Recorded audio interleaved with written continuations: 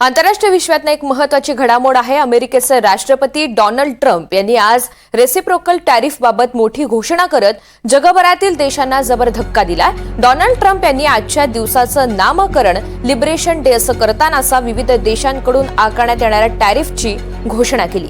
त्यामध्ये ट्रम्प यांनी भारताला सुद्धा जोरदार धक्का दिलाय। ट्रम्प यांनी भारतावर 26% टॅरिफ आकारण्याची घोषणा केलेली आहे। तर या सगळ्या संदर्भात बातचीत करण्यासाठी आपल्यासोबत आंतरराष्ट्रीय घडामोडींचे अभ्यासक आणि विश्लेषक शैलेंद्र देवळाणकर सर आहेत। सर, गुड मॉर्निंग, नमस्कार। नमस्कार। भारतावर सर 26% टॅरिफ आकारण्याची घोषणा करण्यात आलेली आहे। या टॅरिफ धोरणाचे नेमके आता काय परिणाम होतील आणि खास करून कोणत्या क्षेत्रांवर मोठा परिणाम होईल? डोनाल्ड ट्रम्प यांच्याकडनं रेसिप्रोकल टॅरिफ अरेंजमेंटची जी घोषणा झाली ती एक्सपेक्टेड होती। त्यांनी साधारणतः 1 महिन्यापूर्वीच सांगितलेलं होतं की 2 एप्रिलला अशा स्वरूपाची घोषणा माझ्याकडनं होईल। तोपर्यंत तुम्हाला विशेष करून 4 देशांना त्यांनी हा अल्टिमेटम दिला होता। त्याच्यापैकी चीन, मेक्सिको, कॅनडा आणि भारताचा प्रामुख्याने समावेश होता। आणि 2 एप्रिलला ज्या पद्धतीचे टॅरिफ हे अमेरिकन गुड्स वरती हे देश आकारतात तशाच पद्धतीचे टॅरिफ हे अमेरिका या देशांच्या विरुद्ध आकारेल, अशा प्रकारचं एक घोषणा त्यांनी महिन्याभरापूर्वी केली होती। आणि 2 एप्रिलला त्यांनी लिबरेशन डेच्या माध्यमातून त्याला घोषित करून या टॅरिफची घोषणा केलेली आहे। भारताच्या दृष्टिकोनातून जर आपण विचार केला तर भारत आणि अमेरिका यांच्यातला सध्याचा जो व्यापार आहे हा 130 अब्ज डॉलर्स एवढा व्यापार आहे। आणि या व्यापारामध्ये व्यापार खूप भारताच्या पक्षामध्ये आहे। साधारणतः प्रतिवर्षी 88 अब्ज डॉलर्सच्या वस्तू या भारताकडनं अमेरिकेला निर्यात केल्या जातात आणि साधारणतः 40 अब्जच्या वस्तू ज्या आपण अमेरिकेकडनं आयात करतो। आता मुद्दा असा आहे की ज्या वस्तू भारत अमेरिकेला निर्यात करतो त्यामध्ये प्रामुख्याने नंबर क्रमांक 1 ला जे येतात ते जेम्स आणि ज्वेलरी येतात। साधारणतः 16 अब्ज डॉलर्सच्या जेम्स आणि ज्वेलरीज या आपण अमेरिकेला निर्यात करतो आणि त्याच्यावरती 26% अमेरिकेने इम्पोर्ट ड्युटी ही आकारलेली असल्यामुळे जेम्स आणि ज्वेलरीच्या व्यापारावरती इम्पॅक्ट होईल। दुसरा आपण जो महत्वाचा कंपोनंट आहे जो आपण अमेरिकेला निर्यात करतो तो आहे ऑटो पार्ट्स। आणि हा जो ऑटो पार्ट्स विशेष करून टाटा सारख्या कंपन्या या मोठ्या प्रमाणावरती असे ऑटो पार्ट्स या अमेरिकेला एक्सपोर्ट करतात। विशेष म्हणजे जॅग्वार कंपनीची टाटाने टेक ओव्हर केलेली आहे। त्यानंतर यावरती इम्पॅक्ट होण्याची शक्यता फार नाकारता येत। तर सेकंड पार्ट तो आहे। तिसरा जो भाग आहे तो प्रामुख्याने केमिकलच्या बाबतीमध्ये येतो। चौथा हा ऍग्रिकल्चर प्रोडक्ट्स आहेत, फिशरीज आहे, कोळंबी सारखी फार मोठी निर्यात जी आपण अमेरिकेला करत असतो। ऍग्रिकल्चर प्रोडक्ट्स मध्ये पण मोठ्या प्रमाणावरती आपली निर्यात आहे, त्याच्यावरती देखील 26% आल्यामुळे आपल्याला याच्यावरती इम्पॅक्ट होऊ शकतो। जर तुम्ही विचार केला तर ओव्हरऑल इम्पॅक्ट काय होईल, भारताचं साधारणतः किती नुकसान होईल, तर जो प्रिलिमिनरी एस्टिमेट आहे त्याच्यानुसार 7 अब्ज डॉलरचं नुकसान हे भारताचं या पूर्ण रेसिप्रोकल टॅरिफच्या अरेंजमेंटच्या माध्यमातून होऊ शकतं। त्यामुळे भारताने याची मेंटली प्रिपेअर्ड होता आणि अमेरिकेच्या किंवा डोनाल्ड ट्रम्प यांच्या मागणीनुसार आपण ऑलरेडी अमेरिकन प्रोडक्ट्सवरती काही प्रोडक्ट्सवरती इम्पोर्ट ड्युटीज ह्या कमी करायला सुरुवात केली होती। फॉर एक्झाम्पल आपण हार्ले डेव्हिडसन ही जी मोटरसायकल आहे त्या मोटरसायकलवरची इम्पोर्ट ड्युटी आपण कमी केली। बर्बन व्हिस्की ज्या अमेरिकेमध्ये बनतात त्याच्यावरची इम्पोर्ट ड्युटी ही आपण कमी केली होती। मध्यंतरी पंतप्रधान नरेंद्र मोदी डोनाल्ड ट्रम्प अध्यक्ष झाल्यानंतर पहिल्याच महिन्यामध्ये अमेरिकेच्या भेटीवर गेले होते। त्यावेळेला 22 अशा वस्तू आहेत की ज्यांच्यावरची इम्पोर्ट ड्युटी भारताने कमी केलेली होती। आणि ऑलरेडी आपले अमेरिकेच्या व्यापार मंत्र्यांबरोबर चर्चा चालू आहे। लवकरच एक व्यापार करार हा आपण अमेरिकेबरोबर करतो आहे ज्याच्या माध्यमातून काही प्रोडक्ट्स वरती विशेष करून दुधाची भुकटी जो आहे हा महत्वाचा आहे। ऍग्रिकल्चर प्रोडक्ट ज्याच्यामध्ये अमेरिकेकडनं आपण सफरचंद आणि बदाम हे मोठ्या प्रमाणावरती घेतो त्याच्यावरची इम्पोर्ट ड्युटी आपल्याला कमी करावी लागणार आहे। आणि सर्वात महत्वाचं म्हणजे अमेरिकन मोटरसायकल्स आणि अमेरिकन 4 व्हीलर्स, विशेष म्हणजे टेस्ला सारखी जी 4 व्हीलर आहे जी आपण इम्पोर्ट करतो ज्याच्यावरती आपण प्रचंड मोठ्या प्रमाणावरती इम्पोर्ट ड्युटी लावलेली आहे। आपण इम्पोर्ट ड्युटी का लावतो हे प्रथम लक्षात घ्या। याचं कारण असं आहे की ज्या गोष्टी आपण अमेरिकेकडनं इम्पोर्ट करतो त्या सगळ्या लक्झरी आयटम्स म्हणून भारतामध्ये ओळखल्या जातात। आता हार्ले डेव्हिडसन वरची इम्पोर्ट ड्युटी तुम्ही 100% जरी कमी केली तरी हार्ले डेव्हिडसन मोटरसायकल ही तुम्हाला साधारणतः 7 ते 8 लाखाला मिळेल। आपली एनफिल्ड किंवा बुलेट ही साधारणतः 3 ते 4 लाखांपर्यंत असल्यामुळे सर्वसामान्य भारतीय हा हार्ले डेव्हिडसन घेईल असं नाहीये। त्यामुळे जो हार्ले डेव्हिडसन घेईल तो साधारणतः श्रीमंत वर्ग आहे। तसंच टेस्लाची जी 4 व्हीलर आहे जी इलेक्ट्रिक व्हेकल जर आपण पाहिली तर ती अप्रॉक्सिमेटली कॉस्ट तुम्हाला 30 लाख ते 40 लाखांमध्ये भारतामध्ये पडेल। तर ती सुद्धा कोणी सामान्य माणूस घेऊ शकत नाही, तो फक्त श्रीमंत घेऊ शकतो. आणि ज्या गोष्टी श्रीमंत घेऊ शकतात त्याच्यावरती आपण लक्झरी टॅक्स लावतो. त्यामुळे आपल्या दृष्टीने जर विचार केला तर आपण जे टॅक्स स्ट्रक्चर लावलेले ते योग्यच आहे. त्यामुळे ते आपल्या दृष्टिकोनातून जर विचार केला पण अमेरिकेच्या दृष्टिकोनातून तो एक सिंबॉलिक त्याला महत्व आहे. डोनाल्ड ट्रम्प हा अशा सेंटिमेंटने जाणारा व्यक्ती आहे की जसं त्याला इलॉन मस्कने सांगितलं असेल की टेस्लावरती भारताकडे 100% इम्पोर्ट ड्युटी लावली जाते. मग असं कसं होतं, अशा दृष्टिकोनात हा विचार होतो.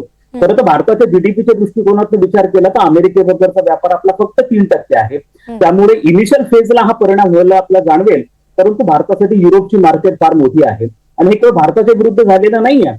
तर अमेरिकेचे 2 आणखी मित्र देश आहेत, जपान आणि दक्षिण कोरिया, यांच्यावरती देखील 26% इम्पोर्ट ड्युटी त्यांनी आकारलेली आहे. त्यामुळे मला असं वाटतं की याचा ओव्हरऑल परिणाम हा जागतिक व्यापारावरती होण्याची शक्यता नाकारता येत नाही.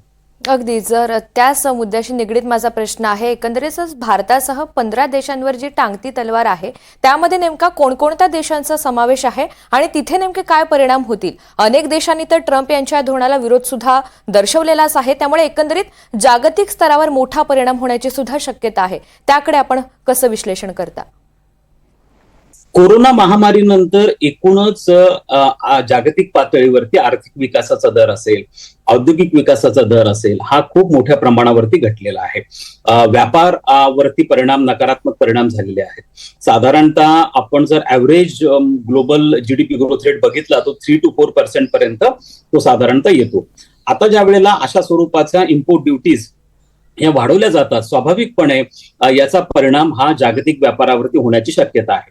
आपण लक्षात घ्या की अमेरिका हा एक असा देश आहे की त्यांच्याकडे स्वतःच म्हणजे ज्याला आपण मेक इन अमेरिका अशा स्वरूपाने म्हणतो, जसं आपल्याकडे मेक इन इंडिया सारखा प्रोजेक्ट आहे तसं त्यांनी आता मेक इन अमेरिका सारखा प्रकल्प घेतला. असं जरी असलं तरी अमेरिका आपल्या गरजेच्या 85% गोष्टी आयात करतो आणि ह्या गोष्टी प्रामुख्याने 4 देशांकडून आयात केल्या जातात. त्यामध्ये कॅनडा आहे, मेक्सिको आहे, चायना आहे आणि भारत आहे. हे 4 देश मेजर एक्सपोर्टर आहेत अमेरिकेच्या दृष्टिकोनातून. आता ज्या वेळेला तुम्ही अशा प्रकारची इम्पोर्ट ड्युटी वाढवता त्यावेळेला स्वाभाविकपणे अमेरिकेवरती देखील त्याचे परिणाम होतात. अमेरिकेमधली महागाई वाढणार आहे. सध्या अमेरिकेमध्ये महागाई ही 2% आहे, ती साधारणतः 4% होण्याची शक्यता नाकारता येत नाही. सर्वसामान्य अमेरिकन माणसाला त्याची झळ पोहोचणार आहे. विशेष म्हणजे जसं आपण जेनेरिक मेडिसिन भारत सगळ्यात जास्त मोठ्या प्रमाणावरती फार्मास्युटिकल प्रॉडक्ट्स जे आहेत ते आपण अमेरिकेला एक्सपोर्ट करतो. भारतातलं औषधे स्वस्त आहेत, जे साधारणतः एका सामान्य अमेरिकन व्यक्तीला $5 जर एखादं औषध पडत असेल तर त्याच्यावरती आता 26% इम्पोर्ट ड्युटी लावल्यानंतर स्वाभाविकपणे ते वाढेल.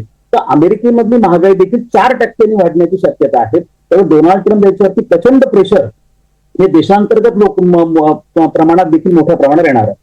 आता जागतिक व्यापाराच्या दृष्टिकोनातून जर आपण विचार केला तर व्यापार निश्चितपणे मंदावणार आहे आणि ज्या वेळेला व्यापार मंदावतो त्यावेळेला लक्षात घ्या की याचा परिणाम तेलाच्या किमतींवरती देखील होणार आहे.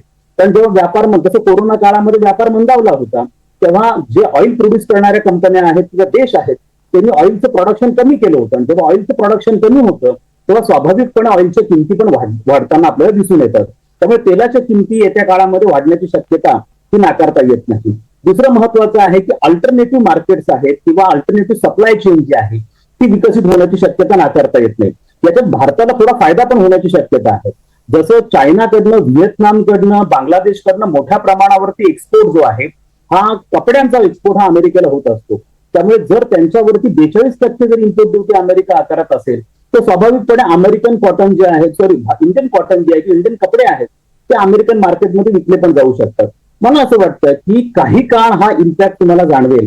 हे लक्षात घ्या की अमेरिकेमध्ये राष्ट्राध्यक्ष बदलतात तसं पॉलिसी बदलतात. डोनाल्ड ट्रम्प हे त्या कायमस्वरूपी अमेरिकेचे राष्ट्राध्यक्ष ते 4 वर्ष अमेरिकेमध्ये राहणार आहे. त्यामुळे याच्यामध्ये ऑलरेडी पुढचे 2 ते 3 वर्ष हा इम्पॅक्ट जाणवेल. पण भारताबरोबर ते प्रत्यक्ष शत्रुत्व किंवा मोठ्या प्रमाणावर स्पर्धक म्हणून ते भारताकडे पाहत नाही. भारत हा त्यांचा मित्र देश आहे. त्यामुळे लवकरच मला असं वाटतं की अमेरिकेबरोबरचे ट्रेड टॉक जे आपले चालू आहेत त्याच्या माध्यमात एक ट्रेड डील आकाराला येईल आणि हे जे 26% आहे त्याच्यामध्ये लिनियन्सी म्हणजे काही लवचिकता अमेरिका आणेल आणि हे नक्कीच जो इम्पोर्ट ड्युटी दिली लावल्या ते कमी होण्याचा प्रयत्न ते करतील. अगदी. सर, ही घोषणा होत असतानाच आणखी एक हायलाइट होणारा मुद्दा होता तो म्हणजे 2 एप्रिलला अमेरिकेसाठी लिबरेशन डे म्हणजे मुक्ती दिवस असल्याचं ट्रम्प यांनी म्हटलं. याचा नेमका अर्थ काय? ट्रम्प यांचा नेमका उद्देश काय या मागचा? हे लक्षात घ्या की अमेरिकेच्या दृष्टिकोनातनं सध्या सगळ्यात मोठा प्रश्न काय आहे, तर तो सगळ्यात मोठा प्रश्न आर्थिक स्वरूपाचा आहे. अमेरिकेवरती जे कर्ज आहे, हे कर्जाची एकूण रक्कम आहे $36 ट्रिलियन आणि हे अमेरिकेच्या एकूण जीडीपीच्या 130% एवढं कर्ज अमेरिकेवरती आहे. आणि साधारणतः याच्यावरचं जे व्याज आहे हे $1 ट्रिलियन मधलं व्याज आहे. त्यामुळे डोनाल्ड ट्रम्प यांचा जो अजेंडा आहे हा प्रामुख्याने अमेरिकेचा खर्च कमी करणं आणि अमेरिकेचं उत्पादन वाढवणं. आता अमेरिकेचा खर्च कमी करण्याच्या दृष्टिकोनातनं त्यांनी डिफेन्स बजेट हे कमी करण्याचं ठरवलेलं आहे. रशिया युक्रेन युद्ध थांबवण्यासाठी ते प्रयत्न करत आहेत, जेणेकरून अमेरिकेचा संरक्षणावरचा खर्च कमी होईल. आता इन्कम वाढवायचं कसं, ते इन्कम वाढवण्याचे 3 माध्यम त्यांनी स्वीकारलेले आहेत. एक तर त्यांनी मेक इन अमेरिकेला जास्त बढावा दिलेला आहे. अमेरिकेची निर्यात वाढावी म्हणून डॉलरचं डिव्हॅल्युएशन करणं, डॉलरचं मूल्य कमी करणं, यासाठी ते प्रयत्न करतात. आणि तिसरा मुद्दा असा आहे की जर इन्कम वाढवायचा असेल तर जो प्रामुख्याने अमेरिका इम्पोर्ट करतो, जवळपास 85% इम्पोर्ट अमेरिका करतो, या इम्पोर्टच्या संदर्भामधलं त्याचं मूल्य कमी होणं अत्यंत गरजेचं आहे. आणि ते त्याच्या दृष्टिकोनातून फार महत्वाचं आहे. कारण एक बाब अशी आहे की अमेरिका जो विश्वयुद्धानंतर, दुसऱ्या विश्वयुद्धानंतर अमेरिका सुपर पॉवर म्हणून पुढे आलेला होता. आणि अमेरिकेने अनेक देशांना, विशेष करून जे आशिया आफ्रिका खंडातले देश आहेत, लॅटिन अमेरिकेतले देश आहेत, यांना मोठ्या प्रमाणावरती व्यापार सवलती अमेरिकेने दिल्या होत्या. आणि त्या व्यापार सवलती अजूनही चालू आहेत. दरम्यानच्या काळामध्ये अनेक देश हे श्रीमंत झाले. भारतासारखा देश हा पुढे आला, चीन श्रीमंत झाला, साऊथ ईस्ट एशियन कंट्रीज पुढे आल्या, दक्षिण कोरिया, जपान पुढे आले, जे पूर्वी दुसऱ्या महायुद्धानंतर लगेच नव्हते. म्हणून त्यांना दिलेल्या व्यापार सवलती अजूनही चालू आहेत. मात्र या देशांचा ज्या पद्धतीने विकास झाला, निर्यात वाढली आणि त्या निर्यातीवरती त्या दृष्टिकोनातून त्यांची आर्थिक अवस्था सुधारली. मात्र ह्या देशांनी अमेरिकन प्रॉडक्ट्सवरती मोठ्या प्रमाणावर कर लावायला सुरुवात केली होती. तर अमेरिका त्याकडे यासाठी दुर्लक्ष करत होतं की स्ट्रॅटेजिक इंटरेस्ट अमेरिकेसाठी फार महत्वाचे होते, संरक्षण दृष्ट्या इंटरेस्ट फार महत्वाचे होते. आणि हे सगळे देश अमेरिकेसाठी संरक्षण दृष्ट्या महत्वाचे होते. जपान असेल, साऊथ कोरिया असेल, भारत असेल.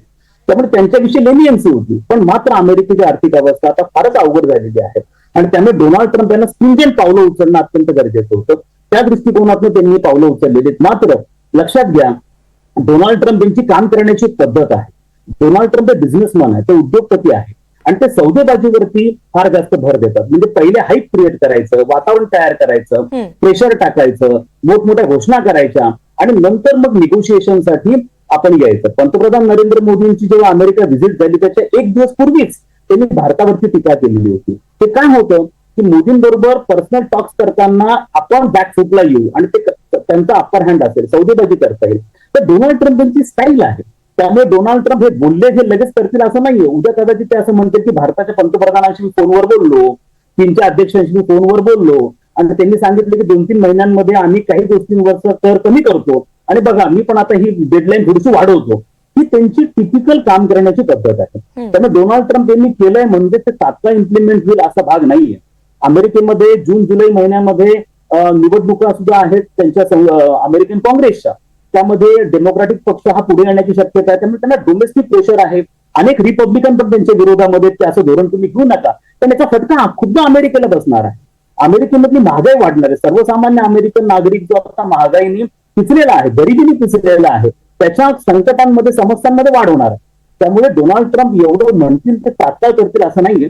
मला असं वाटतं की पुढच्या 2-3 महिन्यांमध्ये अनेक देश त्यांच्याशी 1-to-1 टॉक्स करतील आणि त्याच्यामधनं काही लवचिकता येण्याची शक्यता नाकारता येत नाही. अगदी. आणि त्यामुळे भारताची सुद्धा सध्या अमेरिकेसोबत चर्चा सुरू आहे आणि त्यातनं नेमका या सगळ्या संदर्भात काही मार्ग निघतो का, काही पुढची आता या सगळ्या संदर्भात भारताची काय भूमिका असेल हे पाहणं सुद्धा महत्वाचं असेल. सर, या सगळ्या संदर्भात तुम्ही विश्लेषण केलं त्यासाठी धन्यवाद. धन्यवाद.